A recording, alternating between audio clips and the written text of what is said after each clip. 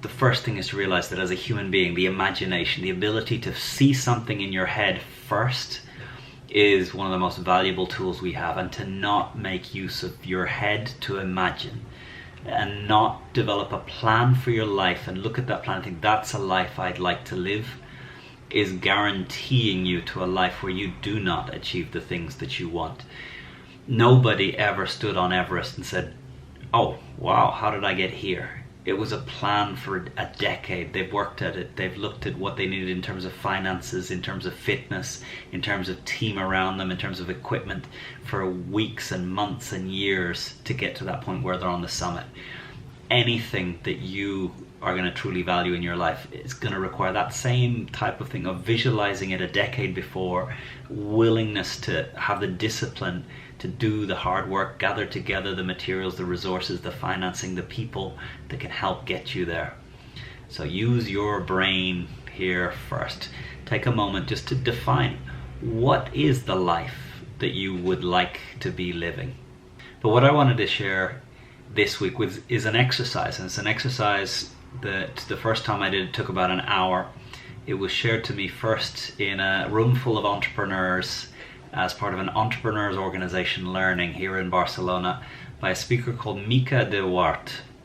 And I was a very skeptic person when I first stepped into the room because this was a lot about visualizing the future. But I went through this exercise. I'm going to give you a short version of what we were led through that day. And I found that within 6 to 8 weeks of going through this exercise and defining, I've got the final version here. I'll walk you through how I created this. The first time I did it, 2 months later, I called Mica and I said, Mica, I need to meet you for lunch. I don't know what's happened, but 6 major things happened in my life that my rational brain says what happened in going through this exercise is I told my brain, I told not just the conscious part of my brain, but the unconscious, all my senses, to be able to spot opportunities, to be able to achieve things that I had decided were important in my life.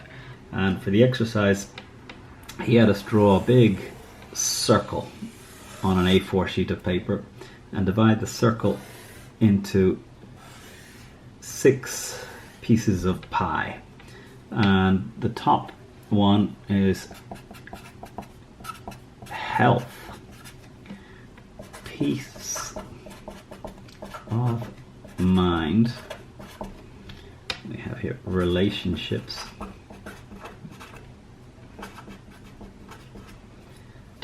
money, we have here contribution,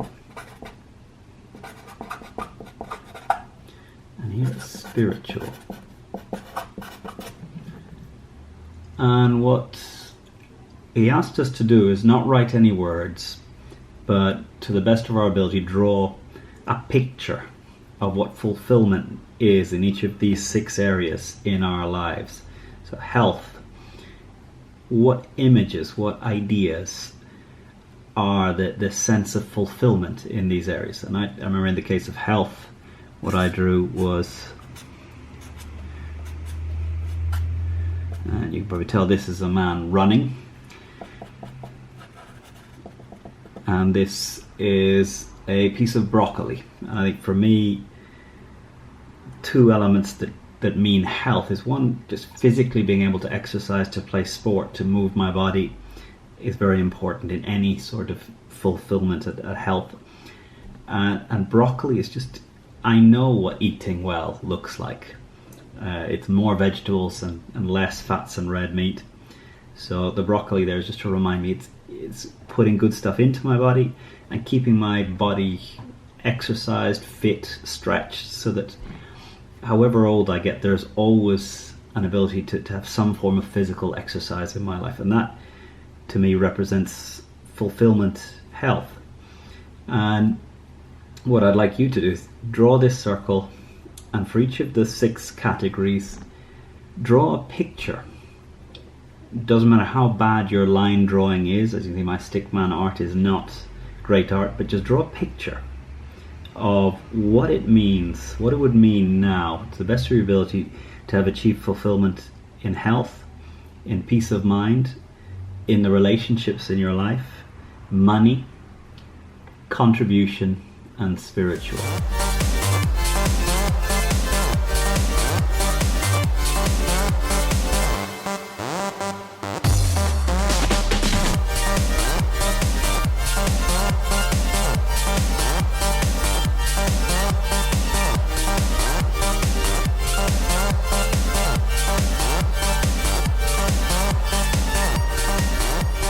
And by drawing pictures of each of these categories, health, peace of mind, relationships, money, contribution, spiritual, what I find is it forces you to not write down the words that maybe you've collected from other people's goals or things you've heard other people share, and really look inside yourself and think about what it is that you feel or mean by each of these. And there's no right or wrong answer. Whatever you would put in each of these categories, whatever you want. Because in a sense, we exist on this life with the freedom to choose our goals, to choose what we value, to choose what we dedicate our time to choose what we put our effort into. And I found that when I first did this exercise and put down in little simple drawings what I valued, what I thought was important, what I was seeking to achieve, perhaps what it does is it allows the conscious part of your mind to communicate to the rest of your brain what to look for, what to spot, what sort of opportunities would help you achieve the things you want. But I certainly found when I first did this, a number of opportunities seemed to pop up. And I guess what had happened was my mind was aware of how to spot an opportunity to achieve something in health, in peace of mind, in relationships, money, contribution, and spiritual. I think this as an exercise was a very powerful thing for me in starting clarifying what's important to me.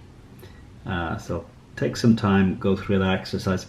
Over the next few weeks on the YouTube channel, I'll be sharing some more exercises that can help you go deeper into what is your purpose, what are your goals.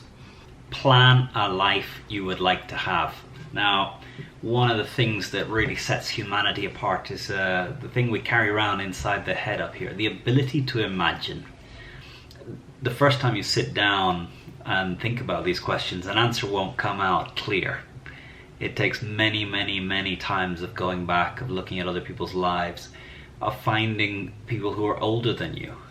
I often say to people, find people who are 20 years older than you and just get them to talk about their life, what they've been through, what they value. Where were they 20 years ago? What big decisions were they having to make?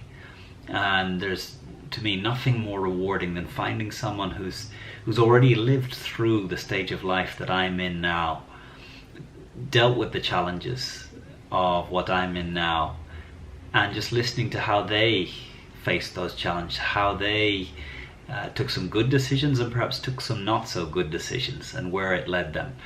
And those reflections really help me commit to the things that are important and realize that the distractions that sometimes they're easy to get distracted by now, but they won't be something I will look upon as valuable 20 years from today. Hey, it's Conor. Hope this week's exercise gave you a practical tool. Whether you're a skeptic like I was when I first saw this tool, or a deep believer in the power of just stopping and visualizing, take some minutes and just do the exercise and see what comes.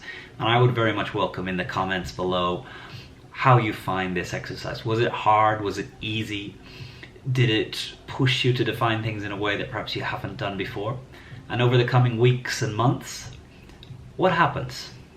Do you start to spot opportunities that maybe you wouldn't have spotted if you hadn't done this exercise? Let me know. Have a great week.